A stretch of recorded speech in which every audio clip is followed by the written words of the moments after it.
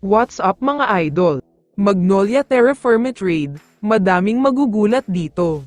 Pero bago mo sana ipagpatuloy ang panonood mo, ay huwag mong kalimutan na mag-subscribe bilang suporta sa aking YouTube channel. Maraming salamat idol.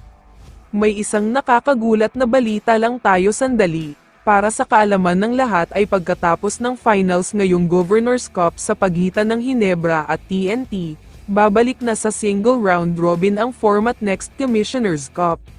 Para sa mga hindi nakakaalam, magkakaroon kasi ng isang foreign guest team, ito nga ay ang Hong Kong Eastern, kaya naman magiging 13 na ang mga teams sa PBA, at hindi pwedeng magkaroon ng dalawang grupo.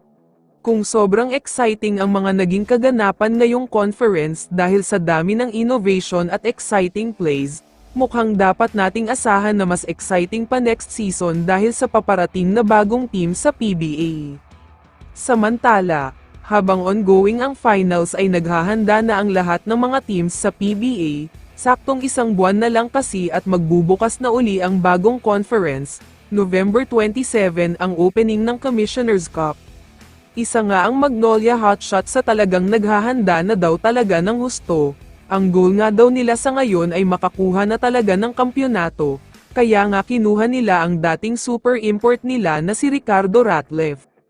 Pero hindi lang yan ang move nila, dahil ayon sa mga source ay mas papalakasin daw nila ang frontcourt nila.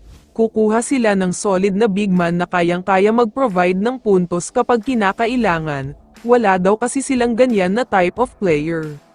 Isa si Christian Standhardinger sa natitipuhan ng Magnolia Management, dahil maliban sa nasa kanya na ang lahat ng hinahanap nila, mukhang magiging fit daw ang style of play nilang dalawa ng import na si Ratliff.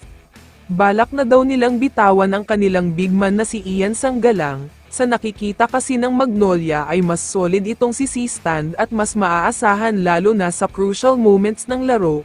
Kaya naman sobrang interesado daw talaga sila.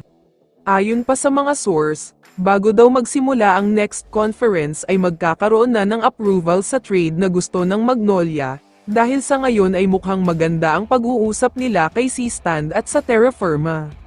Huwag rin daw natin aalisin ang chance na mangyayari ang trade na ito bago pa man matapos ang finals sa pagitan ng Ginebra at TNT. Gustong-gusto na daw kasi talaga ng Magnolia na sila naman ang lalaban sa championship game. Kaya naman kung ikaw ang tatanungin idol, ano ang masasabi mo sa balitang? I-comment mo naman ang sagot mo sa tanong na ito. So dito na nagtatapos ang video na ito. Maraming salamat sa pagsuporta at panonood mga idol. Ingat at bye-bye.